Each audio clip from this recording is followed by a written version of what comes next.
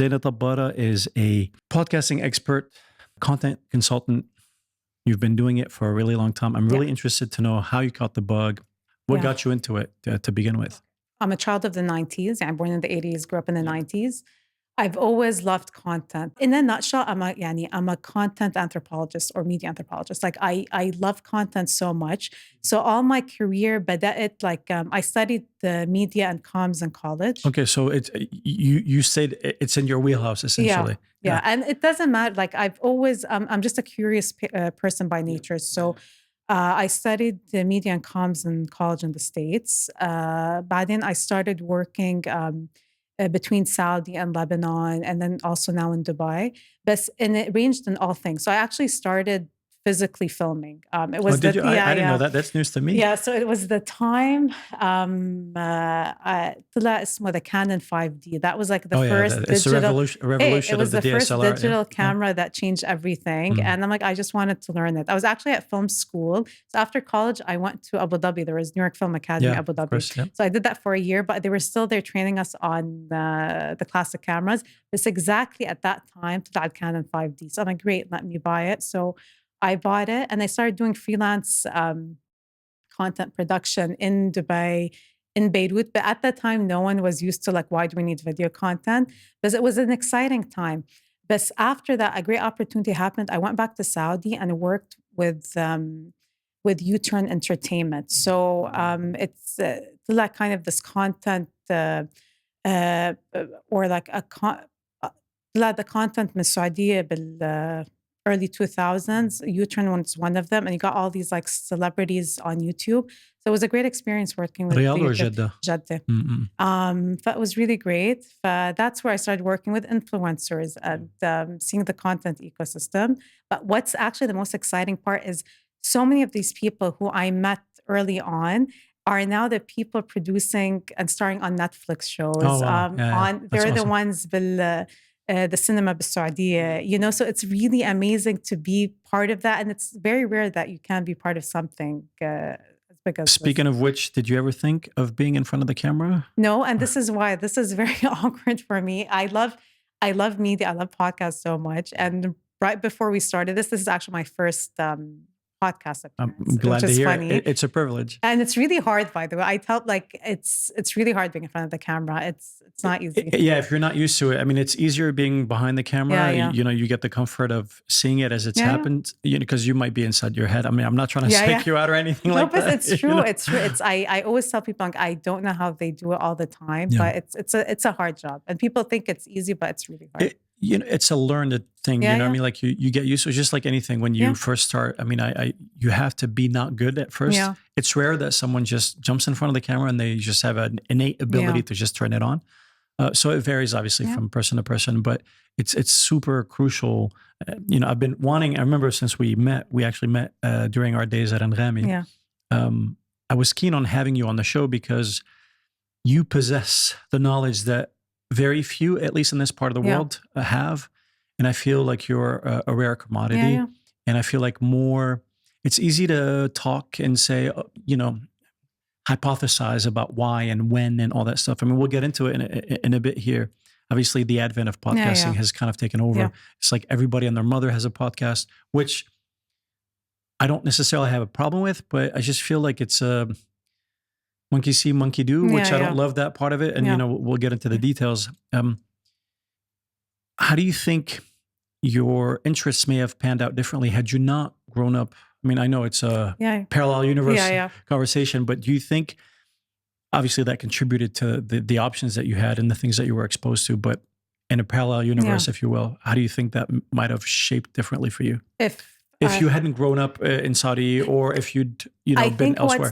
I think I'm lucky because I got to see, first of all, I was lucky enough to be able to travel to the States a lot, and Europe, but mostly the States. So I consider myself really lucky because I appreciated everything that's new. So I got to see what was happening in the Middle East, and then being exposed to also what was happening in real the time, US. As opposed to you hear about it, because that makes a huge difference. Yeah, and experiencing it at the same time. So I still remember, for example, I'm a film fanatic, I'm obsessed. I feel like we need a podcast just on that. So I still remember, like, this is where, like, I was talking to my mom about this the other day. I'm like, I miss the time where I used to travel and, like, you could just see, you had to open the newspaper to see the movie timings. You had to wait to see the movie. So I'll give you an example that made the biggest impact on me.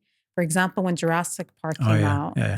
93, I think 93 so. or And I 94? still remember my dad got, like, first, yeah, and you had to wait for the magazines. Oh, well, no, Steven Spielberg is doing this movie. I'm like, what is this? Like, real dinosaurs? I didn't understand it at the time.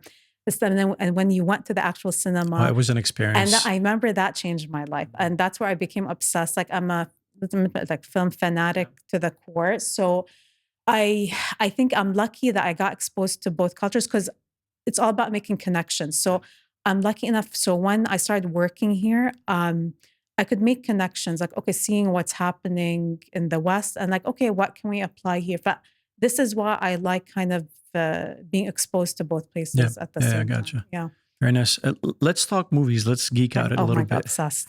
So Jurassic Park, I remember, was such a huge event. Obviously, new technology, CGI. I mean, it wasn't the first to do CGI, but I feel like it was a movie filled with firsts, you know? It was. You know what's funny? Like, okay, I know this is about podcasts. No, but let's, film. listen. I think we need to have a podcast. There's no, look, it's content, right? And I feel like it's the seed that got us to where we are today.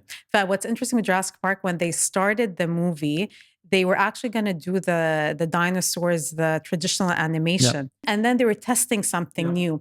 So they showed Steven Spielberg, and this is what they can do. And his animator has worked with him for such a long time, said we're extinct now. So, which is, like, kind of funny, because they were talking about dinosaurs. But so that changed the game.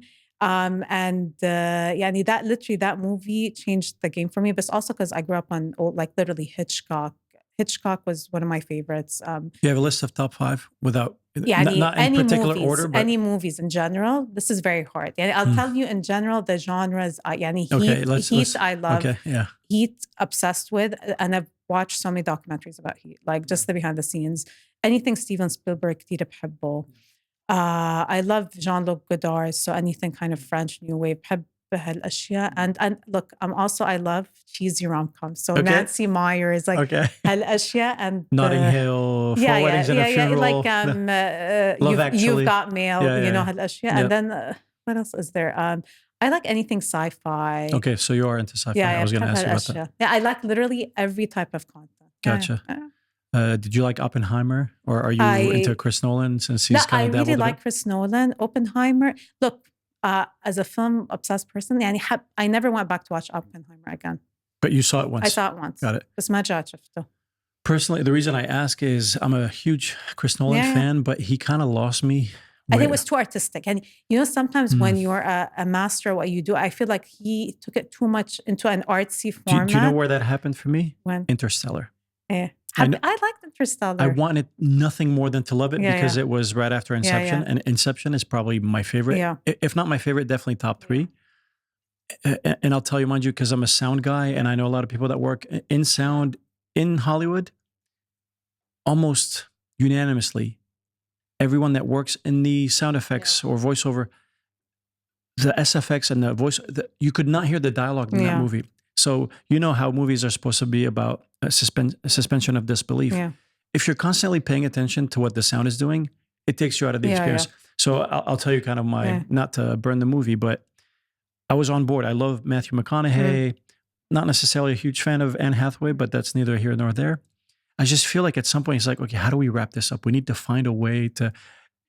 I felt like it got a bit clunky towards the end, and also the sound was just such a distraction for me. Hans Zimmer. Hans Zimmer is no. Yeah. What to me, Interstellar is Hans Zimmer. Yeah, it's Hans Zimmer. It's starring Hans Zimmer. Composition, you know, like there were a lot of great concepts in Interstellar, but again, the sound is you single-handedly ruined it. But I feel like after that, what was Dunkirk? I didn't necessarily care for, even though a lot of people, especially like Quentin Tarantino, said it's one of his favorites. He didn't care for it when he first saw it, but then he saw it again. He thought it was a masterpiece. Tenet. Yeah. Again, I didn't. I feel like he lost his pebbles at some place, but I feel like Oppenheimer was his way of bringing it back, but it still felt kind of artsy. I didn't mind it. I actually enjoyed it. Not enough to want to see it again. Yeah. But if you talk Prestige, if you talk Inception, the Batman series, I think he's really good. I just feel like he just went a bit too deep. مثل هلا even I watched about M. Night Shyamalan. رحت شفت the newest one. I'm like, also, M. Night, he had me at the first couple movies that he just went. It's sad. But like there's some people like, for example, like كتير بحب Wes Anderson. Yeah. Like I'm obsessed with Wes Anderson. Yeah. Oh, this is the other sorry, I forgot some of my top movies. So big Sofia Coppola fan. Obsessed. But like anything Sofia Coppola and Wes Anderson. And by the way, just so I could tie into podcasts, this is what we're talking about. No, it's all good. Like this, we're just having a conversation. No, but just to tell you why I love my favorite podcast that I'm obsessed with. So I have, it's called The Rewatchables. It's amazing. So I'll tell you that. So it's a podcast. They talk about movies that are rewatchables. Okay. Like those really feel like anything that like Heat and Ashia. The guy who started this podcast, his name is Bill Simmons. Bill Simmons started one of the best podcast networks. Sorry, not content networks by America. I forgot the name. It's all good. But so he started like a platform, the sports, but he's also a film fanatic. But he started all of this. Spotify acquired them. Bringer Media. So part of his thing is he has a film podcast that he hosts, and it's superb. And this is like literally, if there's one podcast, بسمعه على الأفلام, it's rewatchable. It's specifically around movies worth watching again. Like people that you watch, like it's the whole point. It's like those movies that when you see on cable, بتوقفوا. Yeah, I have one. So I'll go to you first. Tell me what movie, if you see, you must finish, because mine is so easy. Like it's a no-brainer for me. Like the ones that are just on TV and you watch Is there a movie that if you say it doesn't matter whether it's the beginning, the middle, the end, you have to sit and finish I have a lot of them, but they're not the serious ones. Like The Devil Wears Prada. Like it's these fun. Like for me, movies. it's Shawshank Redemption. Without, it's like they have it on. They always have. So I'm saying like that's the movie. I mean, I know it's a guy's guy type of movie, but I feel like it doesn't matter if it just started. I'll finish it. If it's the end, it's one of those like sit down. And I think Gus Van Sant directed it, if I'm not mistaken. I love that movie. Yeah, it's a great movie. So this is basically it's like movies. If in another lifetime, who knows? But it's like I love just a job where I can just watch and analyze movies, because it's like it's so good. Even مبلغ هلا like بس هلا for me it's series. Like it's يعني I was telling someone, like they're like, do you think movies are doing well? I'm like, unfortunately, I'm not into the new movies. خلص بحسها a waste of time. And sometimes it ebbs and flows, especially in the US. There was a time, like, remember Lost? Yeah. You got this behind it, J.J. Abrams. So there was a time where movies are at the forefront, and then TV is at the forefront, and even movie stars, suddenly you'll see them doing, like, for instance, Keith Sutherland around the 24. He went from being your traditional. I mean, it was a risky move, because you're like, for film actors, it's kind of looked down upon to do TV, but they kind of rewrote the books a bit on that. But I think it's fascinating. I agree with you. So I'd like to get.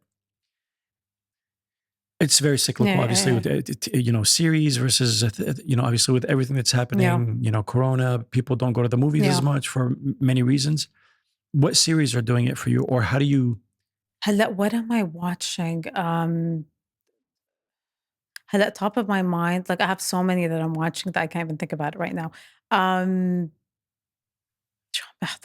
No pressure. No pressure. Literally, I have like 10 million that you draw. I'm like, no, I watch everything. بس هلا top of my mind ما عم بتذكر. بس sometimes I rewatch the old ones, like شو اسمه Mad Men, Sopranos. I love Sopranos. شو في كمان عم بحضر. Like I like The White Lotus, for example. I'm super excited that season 3 حيطلع. What else am I watching? But I watch a lot of documentaries, for example. Documentaries I'm obsessed with. Netflix or everywhere? كل شيء. Anything, history, documentaries. But especially movies, like for me to actually go to watch a movie properly, like it's so rare these days. It's are you a like, Marvel fan? Are you like into that stuff? Did you watch Deadpool, for instance? But this is when I feel it's like, it's so funny. قد ما shift on TikTok. كل شيء, I feel like those key scenes from the movie, I didn't even go watch it. Yeah, because you basically saw the I best watched parts. كل شيء, like the funny parts, the nice pool, Mr. هيدا وشو Dog pool وشو اسمه Gambit with the Cajun accent. Like that Channing Tatum. I love it. I love it. Love it. I went and saw the movie a couple weeks ago. It came out of nowhere. I remember reading that he was going to be, featured, but I knew nothing about the whole accent thing. And I'm a big Channing Tatum fan, and I just feel like he nailed it. I have it on TikTok all the time. Like I put it just for that. It's really so good. Funny. So you haven't gone to the movies to see the no, I'd recommend you do it. I'm like, it looks funny. It looks good. I love, because I'm obsessed with everything, all type of content. So I'm also obsessed with Ryan Reynolds built this empire. Like, it's funny that he was like kind of a normal B actor. Yeah, he wasn't that Not big. even B, he was D. Yeah, nothing. But then like he created like this marketing company, and then he started doing it with the aviation engine, but then the telco company, and now he's like huge. Like, it's amazing how you can and the freedoms that he's been given with this. He literally they wrote a laundry list of things they thought for sure would be, they're like, they gave him the green light. He pulled so many. I mean, I don't know. I assume you've read a ton about the details, but again, not having had much insight on. I was super pleasantly surprised by all the cameos that were in the movie and all the lines that you're like, they're okay with this, So a lot of the networks, by the way, because this also happened with when Barbie came out, because people were like, how are they letting I think in Marvel they were making fun of the company. Barbie, they're making fun of Mattel. So I think executives in these companies or the production companies or the brands like Mattel, they're like, you know what, we have to give them the leniency, because a lot of صار should be Marvel, or was it DC, where there were too many superhero movies where people lost track because there's just too many things, and there's like the series and the spin-offs. It's confusing. It's confusing, especially like Batman alone has been done.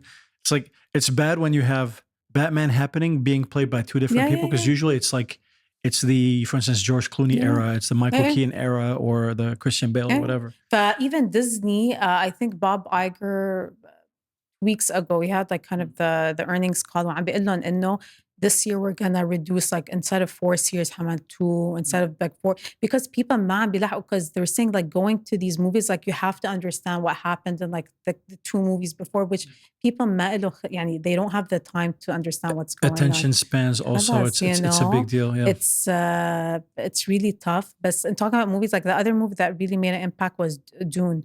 Okay. I love it. Had you seen the first one? Yeah, I saw the first. I was obsessed. The second, I was obsessed. And there's actually, what's funny, I watched a documentary about Dune like 10 years ago. Had you watched were you familiar with the original? Yeah. Okay. I was familiar with, and because like a film fanatic, I went down a rabbit hole. So I watched the movie. And then there was a series that came out also, but that was actually really not that bad. And there's a great documentary about unmade Dune called Jabarwarski's Dune. It's amazing. But it's nice. I like going down these rabbit holes and these universes. So I assume you're a Timothée Chalamet fan. I love Timothée. It's a very controversial topic. Let's talk about it. I love Timothée Chalamet. And I so he's good. هلا he's going to be Bob Dylan, and there's a new movie called Bob Dylan. Yeah. I like Timothée Chalamet. Did you watch the Wonka movie? No, I didn't watch the Willy Wonka. You didn't? No. Did you see the original? The original. I saw the actual original one, not the Johnny Depp one. The original from I think like the 70s or 60s. You should watch it. It's really well done. Yeah. It's really, really well done. But it's good. Like movies, I love like media and series, but I love it all. And I'm not tying into podcasts, but I think podcasts is what's interesting about podcasts, because another passion of mine, not in a morbid way, it's like true crime. Yeah. Okay. Yeah. I remember you told me that before. This is how it got, by the way. I got started getting into podcasts that even 6 years ago. I don't even know how I stumbled, but I started listening to a true crime podcast by these 2 girls. It's so good. It's called My Favorite Murder. كمان بدأوا as 2 friends talking about murder. Now they have like a media empire. Was that an audio only? It's audio only. Okay, audio only. And still. It's still amazing. And then the other one is how... We'll talk about the shift from audio to... Yeah. And then another one is How I Built This with Guy Raz, which is like... So good. The standard that changed the game. Literally, these were the 2, true crime and business. Gotcha. Before we get into podcasting, so I did want to cover, because obviously I feel like the seed for you was movies and the limited access, obviously, So I think that plays a role. I think, you're lucky, and I consider myself lucky as well, in that we didn't struggle to know what we liked, because that's what a lot of people are really having to deal with. Did you ever think about getting into directing or producing movies or series or anything like that? I think, it's never too late, but I think for a long time I was trying to do things the traditional way. Like even when I studied, and I love film, but when I always, I'm like, oh, I have to do like a movies and stuff. وهلأ لاحظت, I'm like, no, like I have all these ideas in my head that I always share with people. Like, oh, this needs to be made into a movie, هالأشياء, or a series. So and now I'm like, you know what? I want to explore doing like TikTok series, like something in like a docu series on TikTok. I feel like you need to, because the thing is, the barrier to entry before used to be, it made it impossible. Now there's a democratization. And you can obviously. test out stuff like sure. And even with me, I tell people, like, this is just what, like, I watch Bloomberg, but I also watch the Kardashians. So I like, you know what I mean? So people, I'm that type of person that I can sit and watch historical documentaries about World War II that's in depth, and I'm obsessed with Bravo and reality shows. So I love the kind of that spectrum. It gives you the fact that you have depth and width, which is very, some people are good at one thing, but the fact that you are so knowledgeable about. But sometimes that's it's not that great. And sometimes it's when you have, double-edged sword, it's a double-edged. When you have too much, like I like everything. Literally, I can watch like a detailed documentary. In bed, I was watching something about art and civilizations, like the history of art. But then, like the next day, I'm watching a documentary about like Kim Kardashian on Skims. So, but I feel what you've been exposed to, I think if used properly, I'm sure you are someone who can see trends before they happen. Yeah. I always, this is the one thing I'm grateful for, that I'm always looking. I can see what's trending. And this is where I said with like نفس الشيء with podcasts, sometimes I feel we're too early with things. So I think it's fine. And I'm telling you, I'm a TikTok fanatic. People like TikTok even. من سنة, if you told me I'd be using TikTok every time, like every day, I'd be like, no way in hell. Because I skipped Snapchat. I was never a Snapchat person, but for some reason, TikTok is my TV. Like, okay, gotcha. It's amazing. Yeah. Well, so there's the resistance bit. You're like, oh, because you perceive it to be one thing, and then plus they're tweaking the algorithm, obviously, to make sure that it's catering to you, and they're competing with YouTube, et cetera. So it's a whole, I feel like you could literally do a podcast just on YouTube and kind of the advent of it, TikTok and a different. So let's bring it into podcasting specifically. Where do you think we are today? Let's start locally in MENA and then globally. What are we doing right locally? What are we not getting right? I'd like to get you take on that. What's interesting is that 2 years ago, I could probably name you every single podcast and podcast person in the Middle East. I could, I have no doubt. I used to do these like charts where it was so easy. I'm like once every 3 months, I do charts. Like, these are the podcasts that works in UAE, Saudi. Halla, I can't even keep up. There is just now, especially this year, 2024, there are so many podcasters, from independent podcasters, influencers and podcasters, media networks trying to shift to podcasting.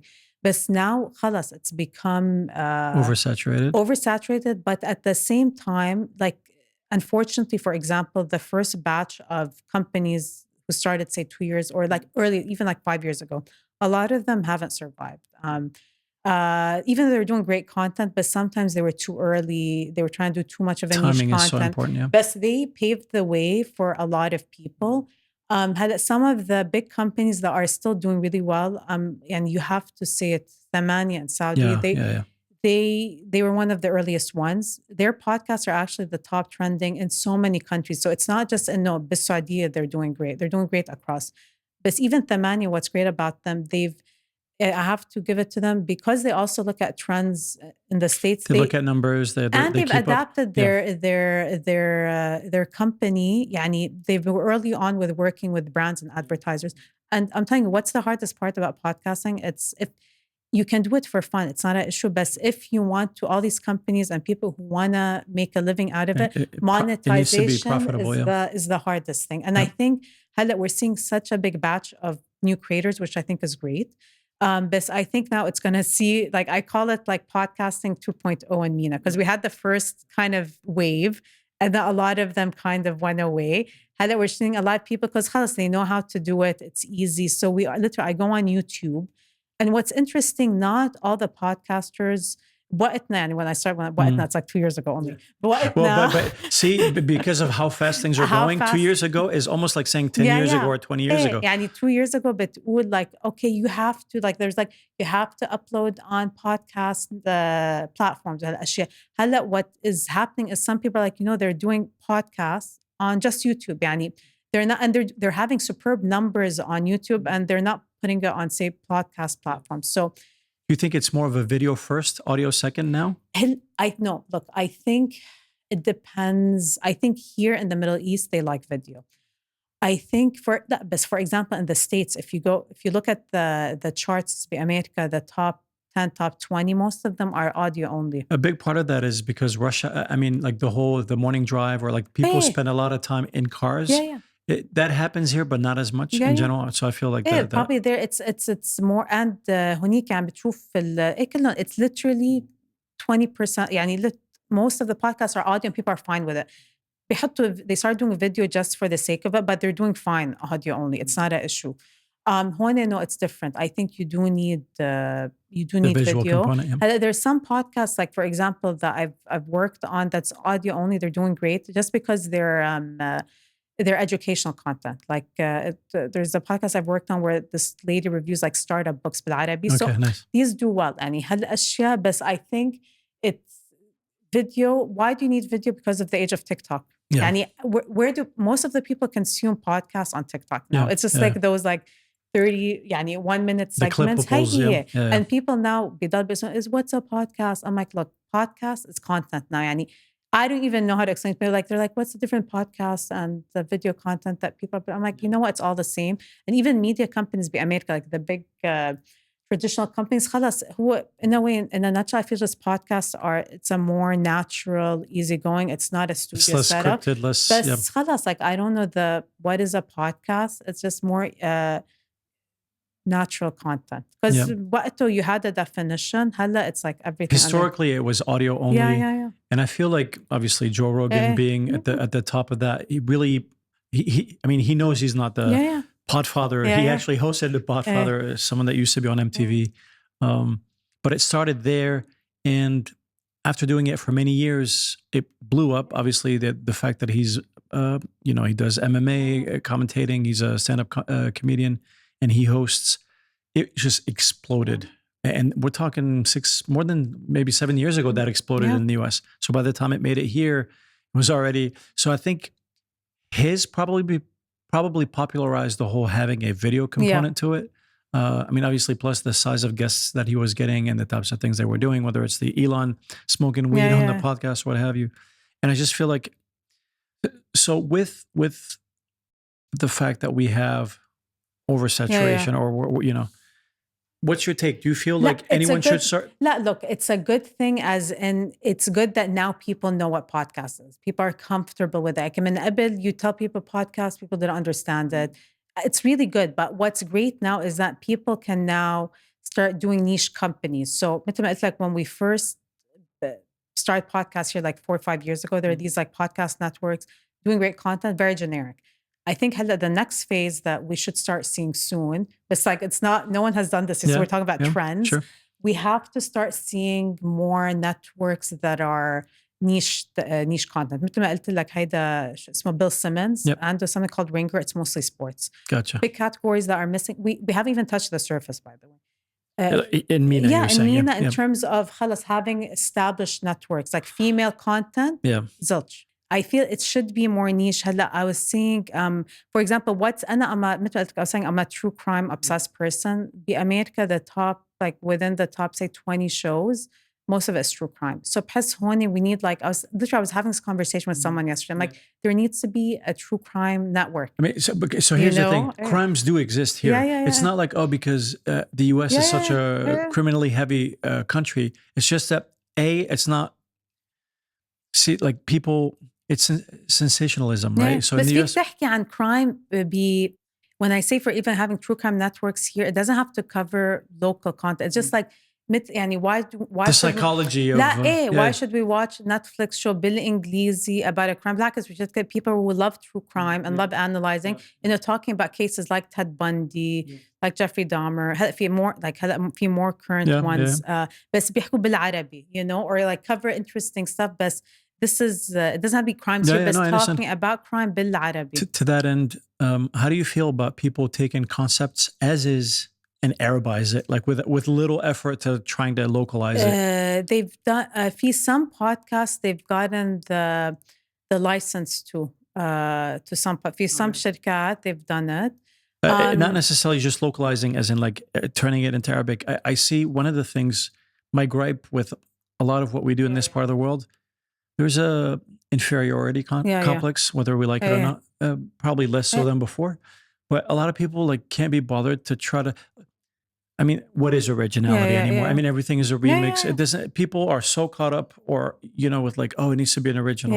It's not about it being an idea that no one's ever thought of. It's just that like, if you see a concept that you like and you were like, oh, I'll do that. Like for instance, I may get in trouble for this, but for instance, when Oprah did Oprah Talks, you have AB Talks. Like man, like call it talking with.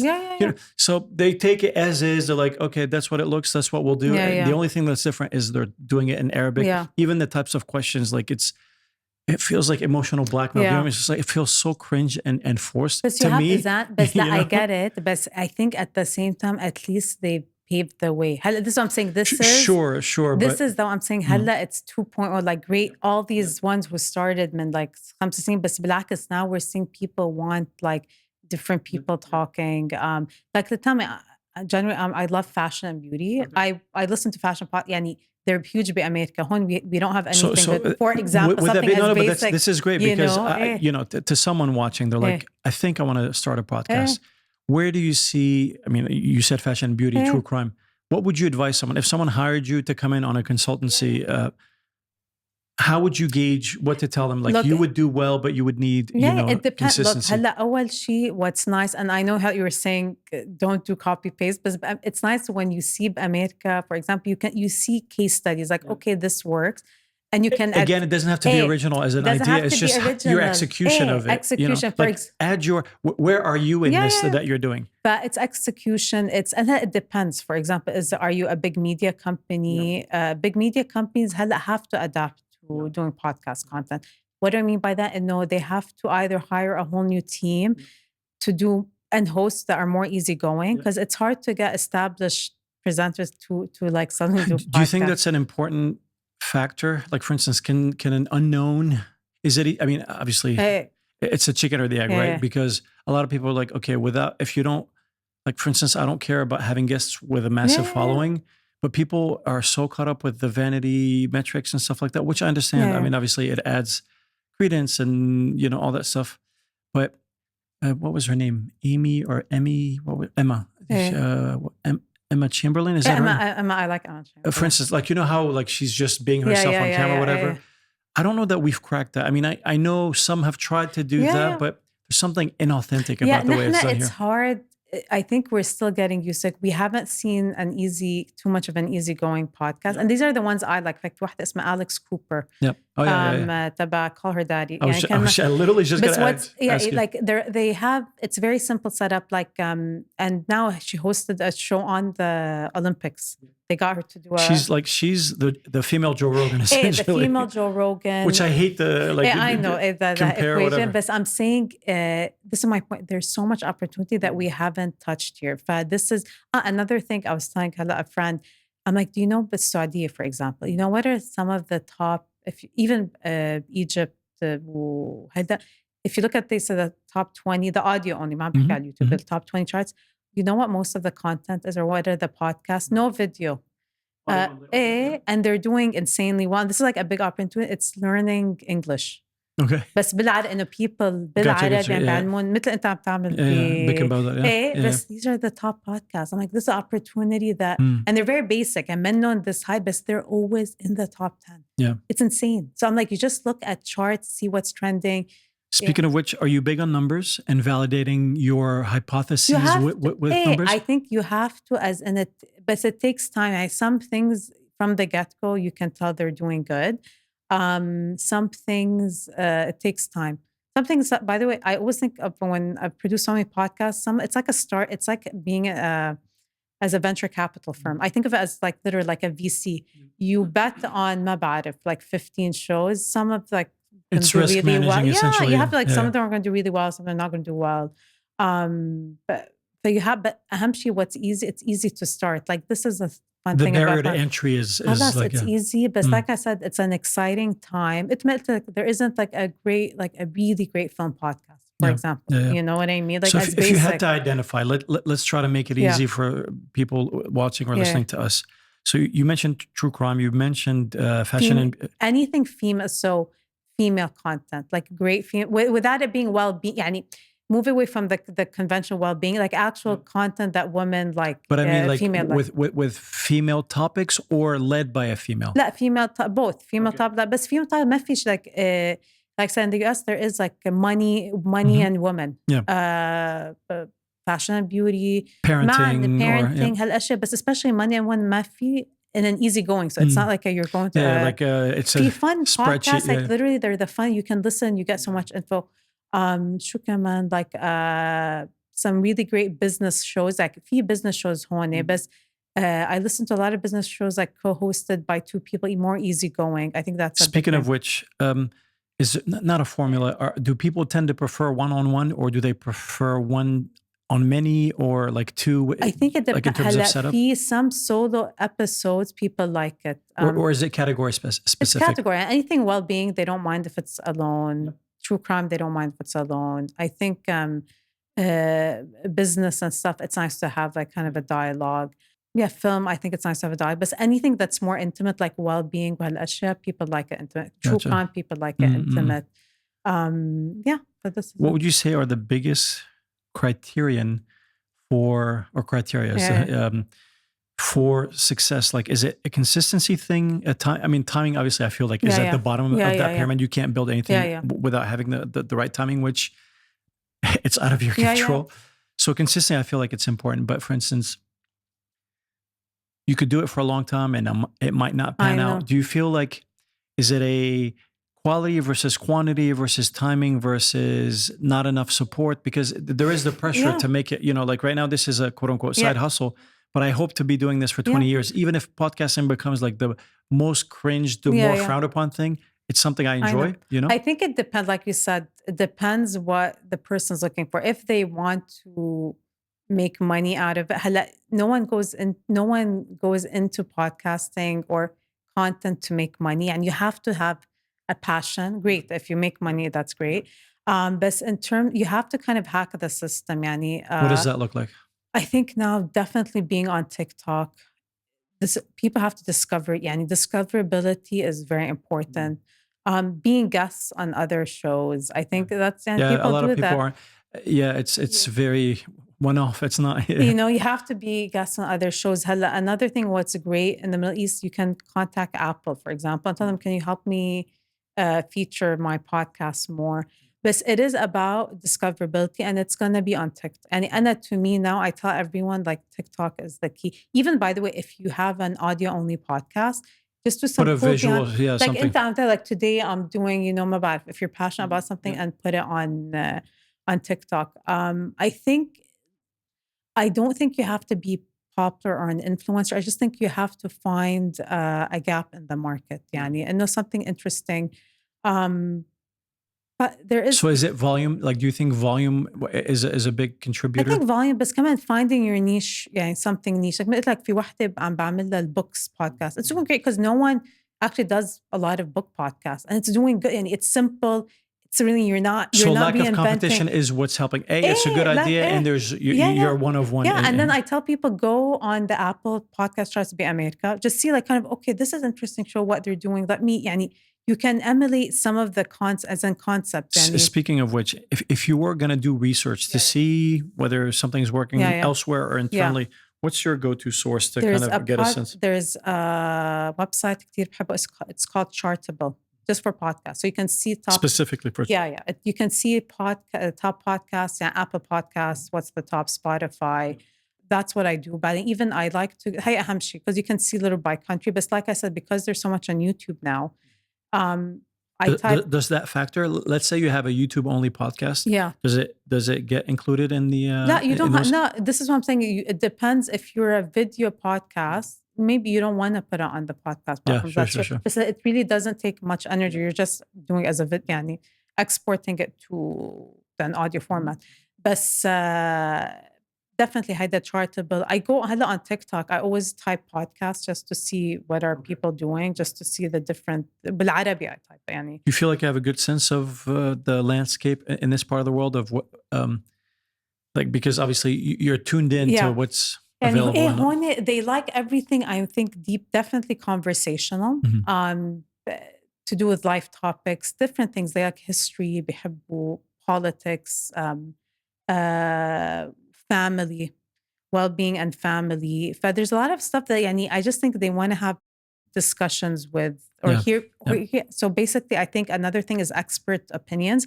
So you can start a podcast. You don't have to be famous. Get a expert that's not that famous, but to have those key kind of export point and shareables. And shareable. بتحطوا على TikTok someone who talks about, for example, a doctor talk about Ozempic. I'm just saying, like, people watch it, they don't care who it is, you know, or but it has to be something that people care about. Yeah. But it's I think the landscape is changing fast. I think the only thing hone is kind of monetization. Yeah. In terms of what's interesting is that now brands are open to podcasts. So actually what's funny, so many brands they just want to do podcasts. Like, I want to do a podcast. So actually what's interesting, you have to tell brands, maybe no, you shouldn't do a podcast from scratch because it's not a good long-term thing. And sometimes brands... And it's costly. And it's in the end, it's like social content. They're doing it for social content. It's flashy, but they don't know that you might be better served associating with with a podcast as opposed to doing it. Associate with a podcast, sponsor a podcast. I think that's easier. You don't have to do a podcast from scratch. I think a lot of brands initially here, the last 2 years, that was their idea. No, Khalina will do a podcast A to Z, which is, I think, sometimes, not all the time, but there are different types, but depending what you're looking for, it's a waste of time. And you take your money and sponsor, like have a host read in a podcast. And then another thing, so monetization is key for both a brand and the creators or the media brands. But what's interesting, كمان with America, what they're doing really well, a lot of the podcasters, is they monetize in every single way possible. So they have special episodes, but they don't, the subscriptions. But that does, when on Apple Podcasts have subscription, but that doesn't make them much money. The main thing are live podcast tours. That's a big thing in the US. I love it. You always see, it's literally, you're taking around the US with a live audience. They make so much money from that. Merch, selling books. So a lot of podcasters, what they're doing now, they write books. So I'm a history fanatic. There's a great network from England. They're called History Hit TV. They're a podcast network. They have video content, but mostly podcast.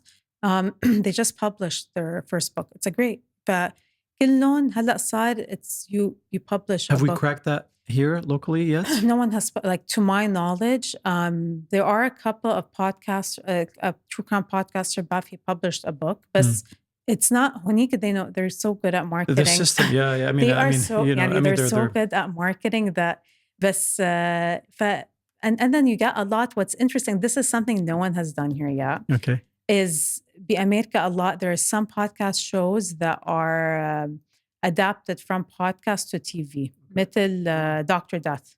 So Dr. Death. There's so many podcasts, but one of them is the Dr. Death. They do seasonal, but كل season it's about a real case doctor بهيدا. But كل season they do the podcast, and then a network, they got the TV rights, so they do a series from it, and they're always superb. But this is literally America, the new trend. The famous one is also with the Dropout about Elizabeth Holmes. It started as a podcast, and it was adapted, and then did it as a TV series. So this is like the new thing. And then the other thing that has been untapped here yet is getting actors to do podcasts, like مش conversation, like literally a cool fiction podcast. هاي ما حدا عمله yet. So this is something, it's like there's so much to do, but Again, we go back to the chicken or the egg. I mean, it's not a cheap thing to do. I mean, it requires a company or an individual with patience, probably deep pockets, in some cases, because it's not cheap. Do you have a sense of what? I mean, I assume it's the same across the globe, but let's just talk locally if we could. What brands are looking for in terms of like, I'm brand X here. Yeah. What am I looking for in a podcaster or a podcast to want to advertise or help me spread the message? You want, it depends. So sometimes you want, if you have the budget, you go with some of the big podcast networks. For reach. Yeah, for reach. Surely for reach. Yeah, and that works. The other thing is maybe I think a new trend should be is maybe start with a podcast, a young, يعني مش a young as in a new podcaster from scratch and build with them something. So the journey of and there's a lot of cases بأمريكا شو اسمه Word مش WordPress Squarespace. They were one of the earliest people who advertise on podcasts, but they advertise across so many podcasters and also on YouTube. I mean, they are everywhere. I mean, but again, that's deep pockets and understanding the importance of doing it for the long haul. Like we have a marketing budget. This is where the attention is. Like they could you can associate with rather take your budget with one big podcast or podcast network, or you'll be like, you know what? Let me it's like micro influencers. Like go with a lot of small podcasters. Is that being done here? Are enough people savvy enough to know like it's not necessarily about the reach? It's about the. It's not. You need people to guide them. I think this is the issue.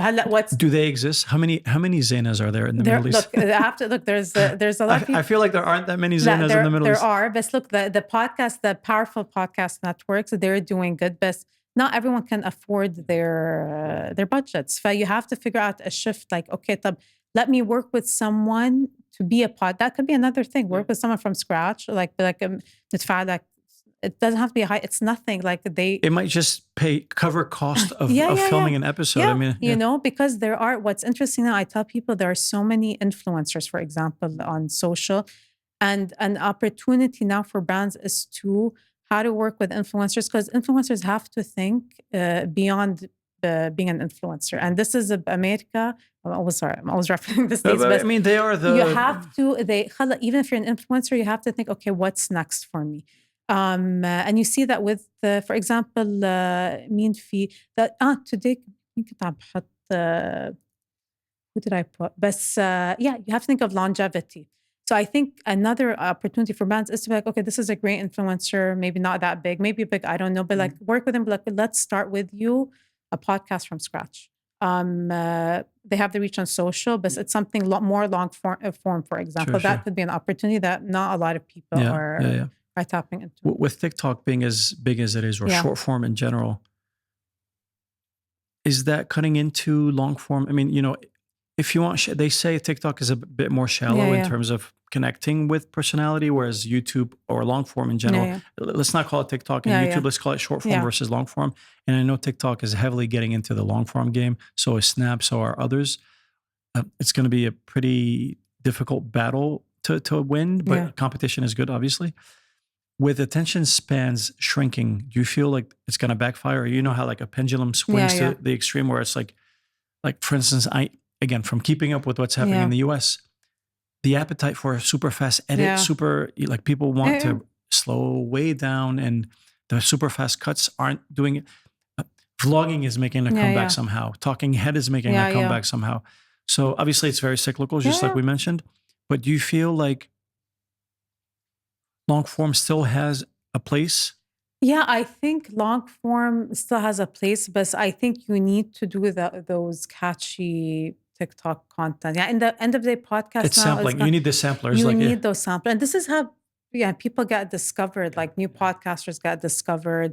But like I said, everything is cyclical. But what's interesting, talking about vlogs making comeback today, for example. Tom Brady launched his YouTube channel with a vlog, and I loved it. It's the vlog. I love what Will Smith did, because I feel a lot of people he was early in the day. Will Smith, but he's smart. I remember my best friend. We had a show doing music reviews, etc. He's like, Will Smith. He's like, it'll never work. I'm like, just you watch. Within 2 weeks. I mean, I get it, because the level of effort, and plus he competes at the very highest levels. So I feel like he is the kind of the pilot or the blueprint for there's room for a Brady, there's room for, all that stuff. He launched it and I watched it. It's great.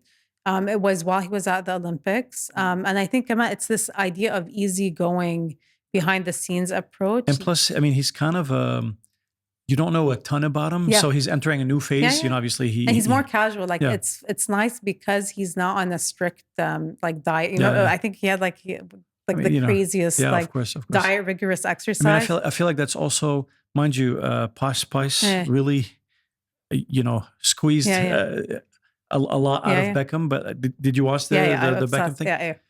There's a thirst for that because whether it's Georgina or Cristiano Ronaldo or the people that that you idolize and you put on pedestals. It's nice to see what an average day looks like for these people. And there was a show here last year called It's Elisa by Different Productions.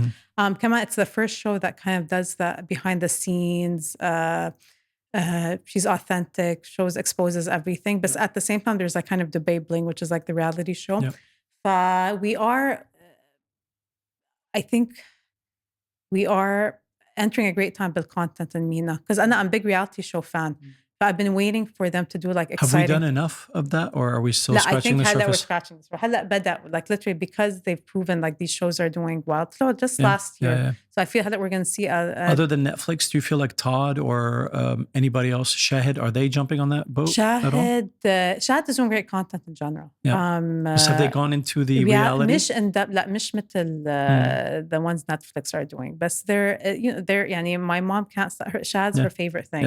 It's great, but I feel like, again, if we say Todd or Shahid, or I feel like that's how you compete, as like the whole concept of Netflix originals. I mean, that to me is just revolutionized. It's very much what Napster did to music, and then that created the Spotify. I feel like, I mean, I remember Netflix when it was the envelopes and Redbox or whatever it was. When Blockbuster was your only option, and then.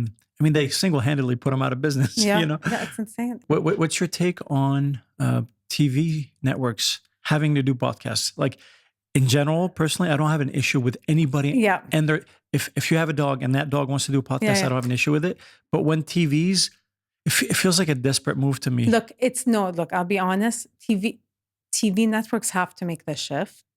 In terms of, I'll tell you, in the US, خلاص, every network, they have podcasts and they do good. Because I'll tell you what's the difference. But America, the issue is the way people speak on TV. It's the same how they speak normally. نحن, we have a really hard issue where نحكوا فصحى, even traditional people, and then suddenly tell them. So it's but I mean, for instance, on the Arab front, overall, MENA, and that's a problem that exists in music, you have to localize, right? So you're trying to solve for at least 15 dialects.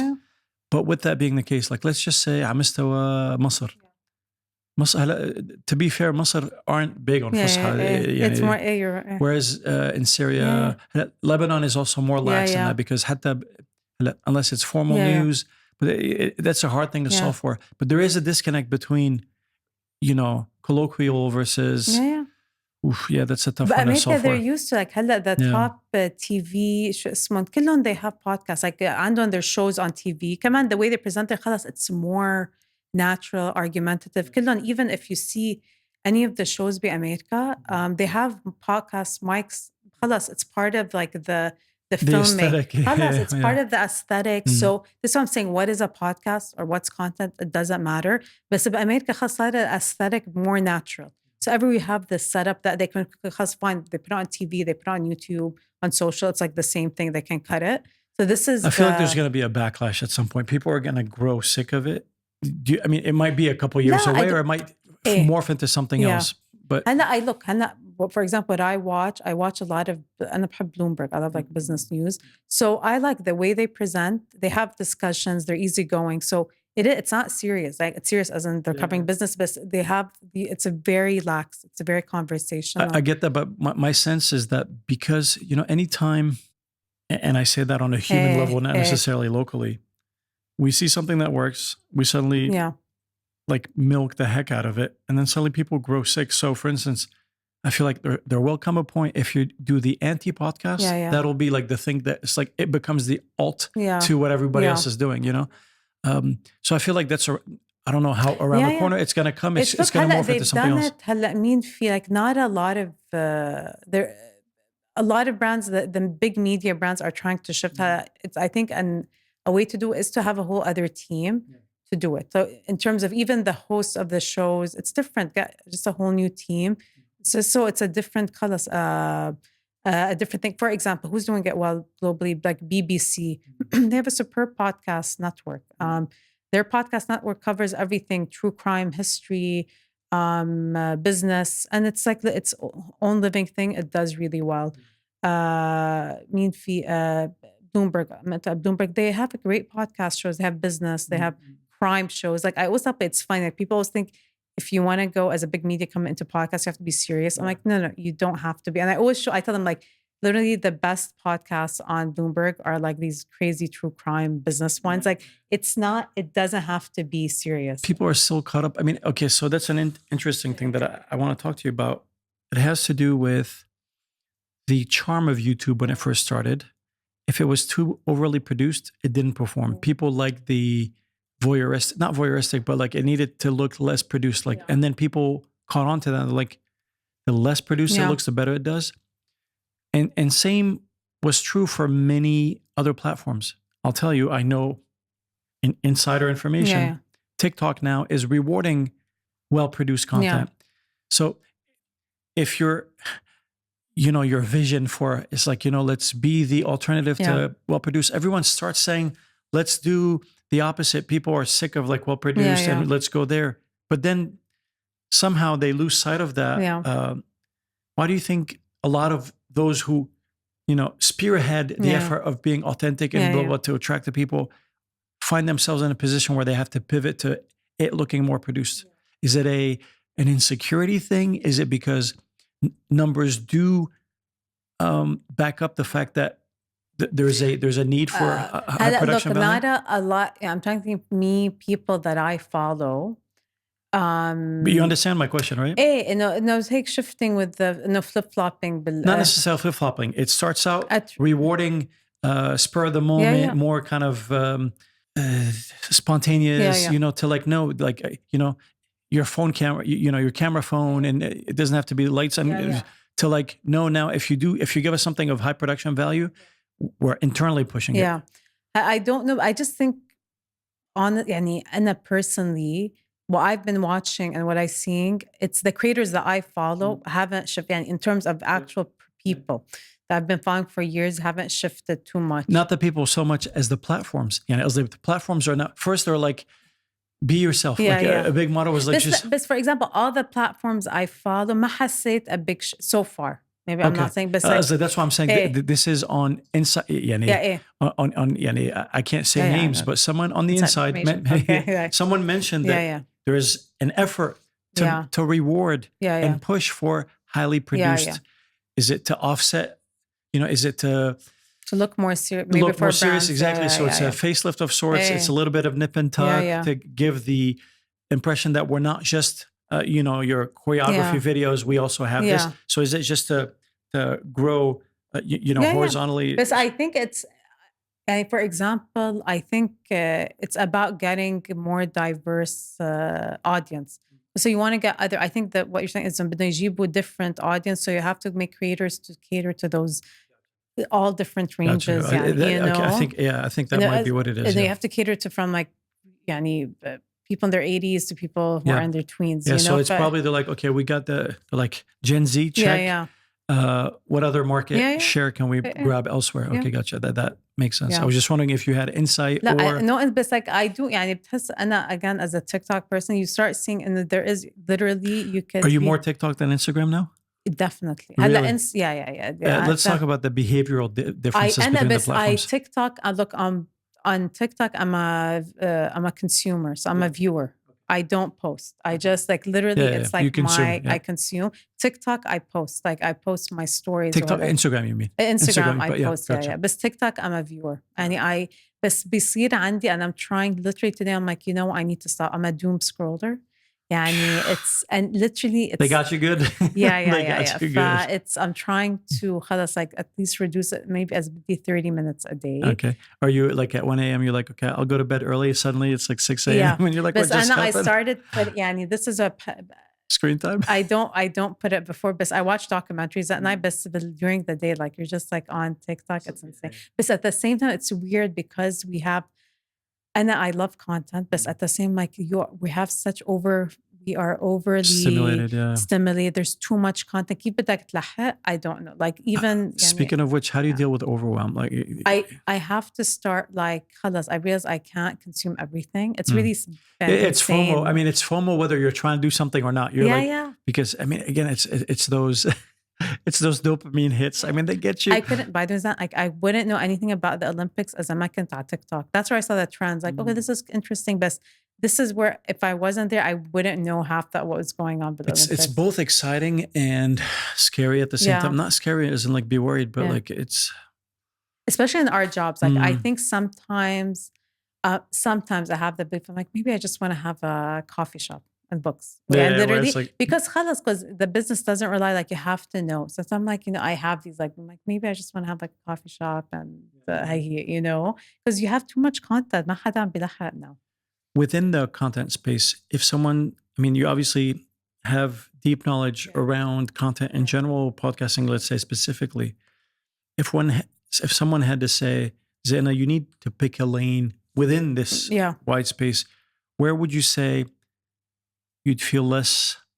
I mean, obviously you love it all. You like movies, etc. But if someone said pick one of those things that you would have to do exclusively, or like we need you to just focus here, what would that look like? Or if you know the answer to that, like as a passion, and I love reviewing films. Like I was like on another like films and series and stuff. I'd do that like just for fun. Like not if money was involved. I'd like do something like that. I think the film and content film series وهيدا it's still not. We have great creators على TikTok by the way. So I think they review, but something more in depth. Something like for example, نحن معنا بالعالم العربي something like a Hollywood Reporter, like a Variety magazine, like those kind of. It's so decentralized here, unfortunately. I mean, we have, for instance, Egypt and what it's doing. We have Levant and what it's doing, and Khalij, but they feel separate. There's not something that connects them all like under this business of like, I feel what's interesting, like as a business person, بحب أشياء like the business of film. Got it. Or content, whatever. So we don't have that kind of mental. It's centralized, like a Hollywood Reporter. Like you can go there and be like, okay, they have podcasts about films, business هيك معنا. And this is the opportunity. We're like, where should people think? I'm like, Blackus now. It's the opportunity to start doing these kind of niche networks. But I feel like at the root of that is because, again, the dialect position that makes it different. Yeah, it's hard to get someone from the Gulf to care about what's happening in Lebanon or Syria. Same with Iraq.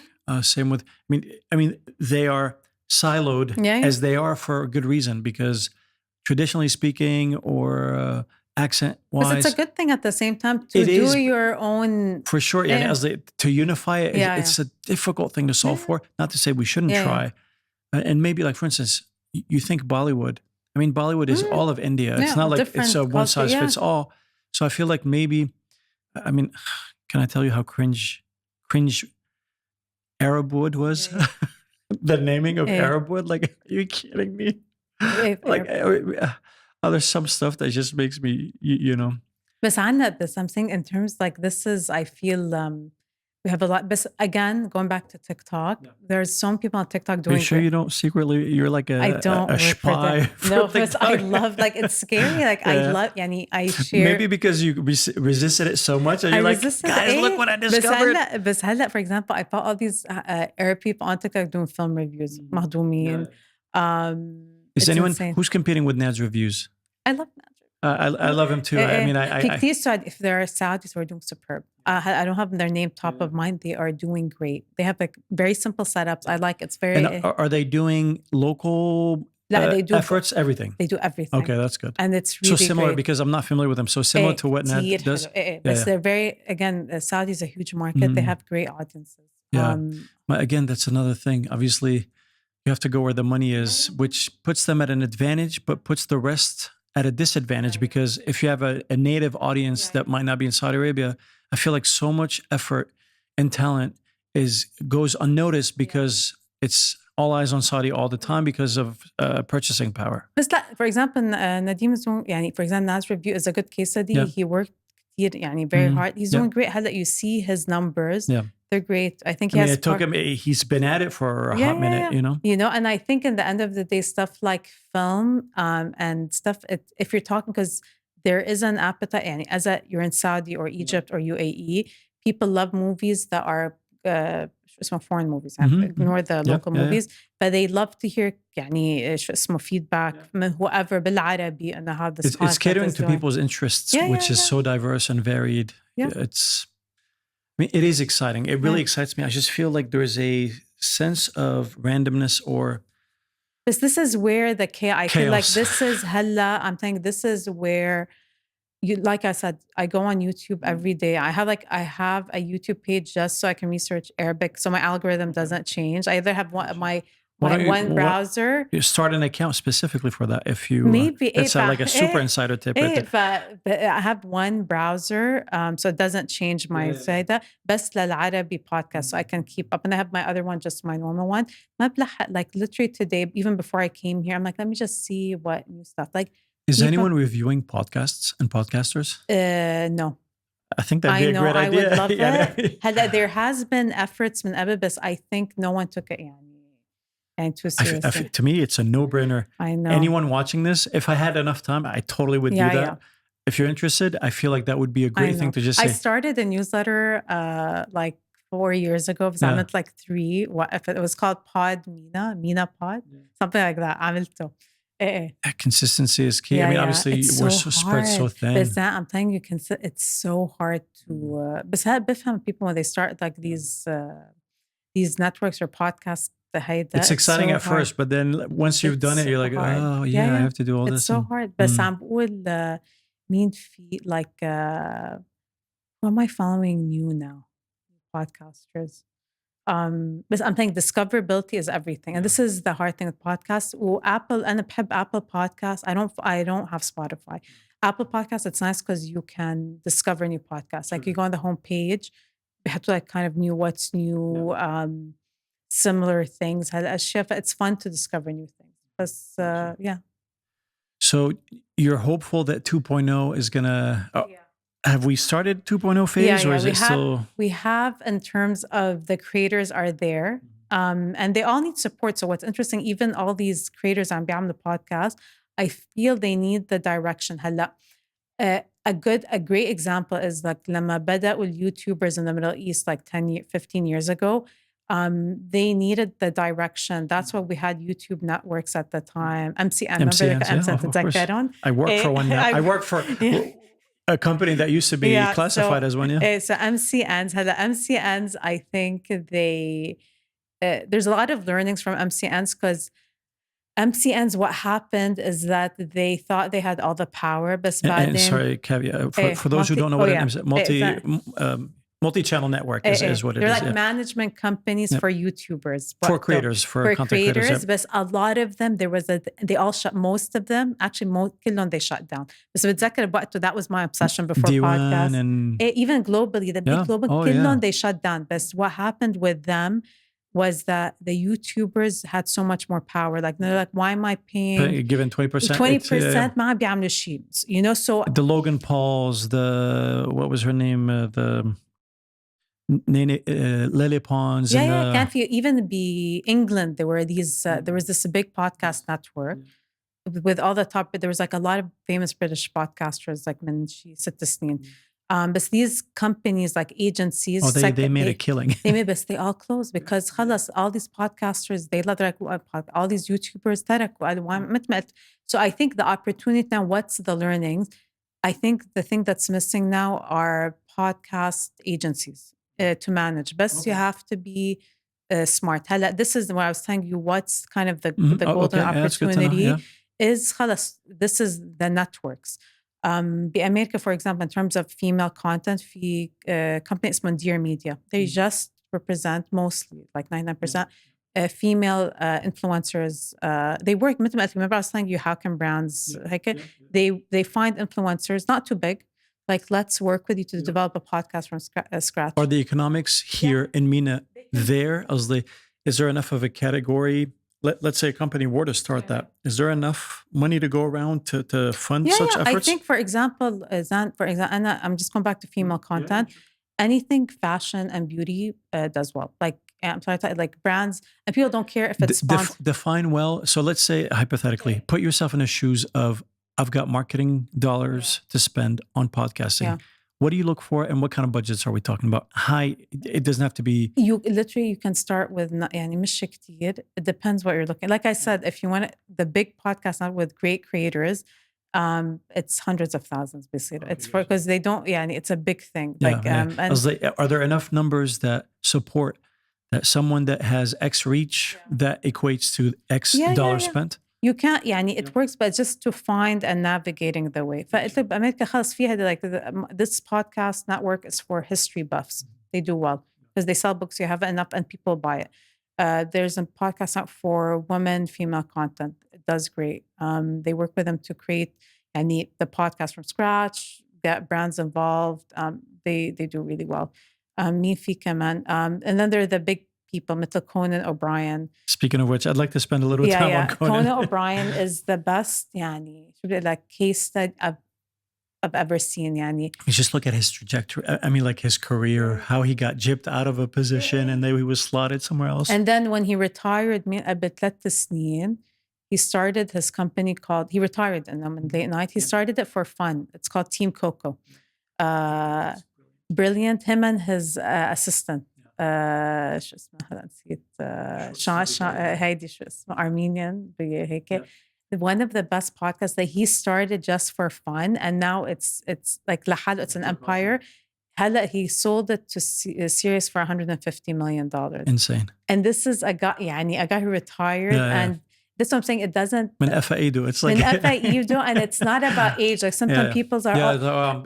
Past my prime. Yeah, I think the issue كمان a lot of نحن maybe هون, I don't know, or not, I'm generalizing, but it's not about your age. Like this is the exciting part about podcasts. بأمريكا بتشوف all these much older people are doing it, and they're doing great because they have the expertise, Since we're on the topic, a lot of people, just like we said, anyone can start a podcast.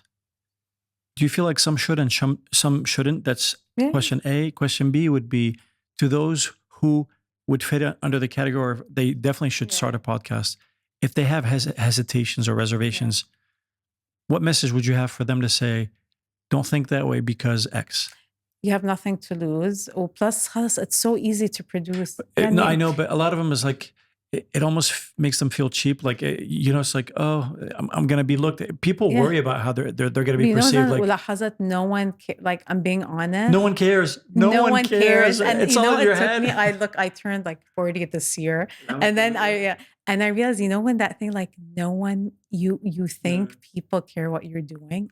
No one cares. Is that funny? It is. I mean, people care about themselves. They care about themselves. But in your mind, you're like, what if I don't release? What if I don't? Like, nobody cares. I swear to God, because you know how I did this exercise with myself where I'm like, I really do it. I did it like purposefully. I went on Instagram like last week. I'm like, and then people I know or I look at influencers. I'm like, they launched something. I didn't even care. Like, it's crazy. Like, they probably like worked like 2 hours on like their podcast. Just like flip. And even no judgment. No. It's insane how it's liberating. It's liberating, but you realize no one cares. So I think the issue with doing podcasts, people are on their heads, right? They're in their heads. Like no one cares. Like no one cares what you're doing. But that also might be demoralizing. Like, what do you mean no one cares? I want people to care, because a lot of people do it no one cares that you're start. To start, and then people are like, what do people think? But people don't care on either end. It's just that. But you have to love authentic content. Of course. Like. So I'm saying you can do whatever. I'm a history buff. Literally, there's like 3 podcasts I listen to. Are you awake like 30 hours a day? No, I'll tell you what I do. How do you keep up? I'll tell you what I do. Okay, this is my strategy. So basically another great case study. So there's a famous soccer player in England. He Old, new, retired. Rooney. لا هقول لك مين شو اسمه because this is a great case that I didn't even know about it. Okay. شو اسمه Gary Lineker. Okay. So there's a podcast that I'm obsessed with. It's called Empire. Then there's another one called The Rest is History, The Rest of Politics. I'm obsessed with these podcasts. As a side note, what is the quickest podcast that got you from like the first episode, the first like listen? You're like, oh my God, this is, because obviously you can sift through the BS and like know this is good or not. You can know degree like. Yeah, recently, what's a podcast that you're like, within the 2 minutes, I knew this was just quality stuff? I have to look. Okay, I'm putting you on your spot. لا يعني what have I subscribed to recently? Like no, يعني I don't subscribe to I think I'm subscribed to تقريبا like 60 podcasts. I don't listen to all of them. So I go every day, for example, شوف, like I scroll, like what's your criteria? Who the guest is or what the topic is? The topic and guest. في أشياء, if it's news, sometimes I just read the headlines, for example. Gotcha, I'm like, oh, interesting. It's like literally, it's like I'm scrolling through news. Yep. But it depends who the guest is, what the title is.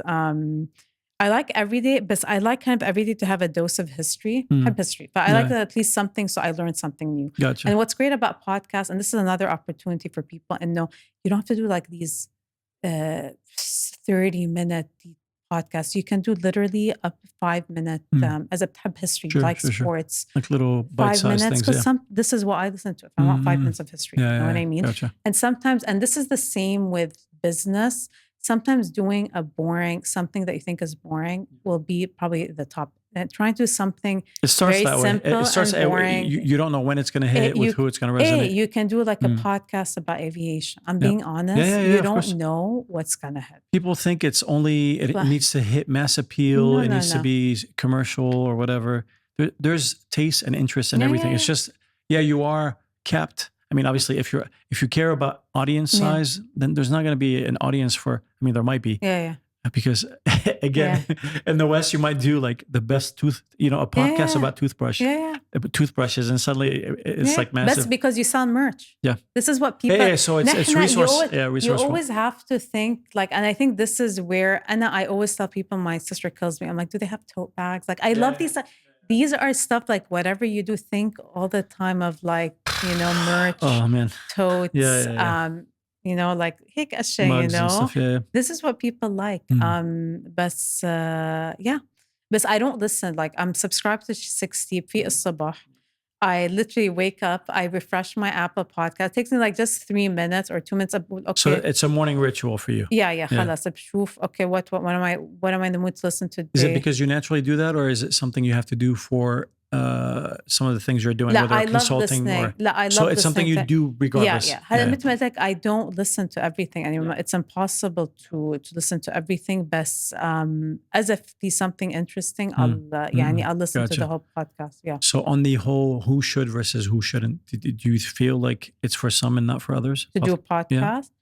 You have to take the risk. I'm not here to not to judge, but in general, obviously you want to add value. I mean, look, not everyone should start a podcast. You can know you can know immediately if someone has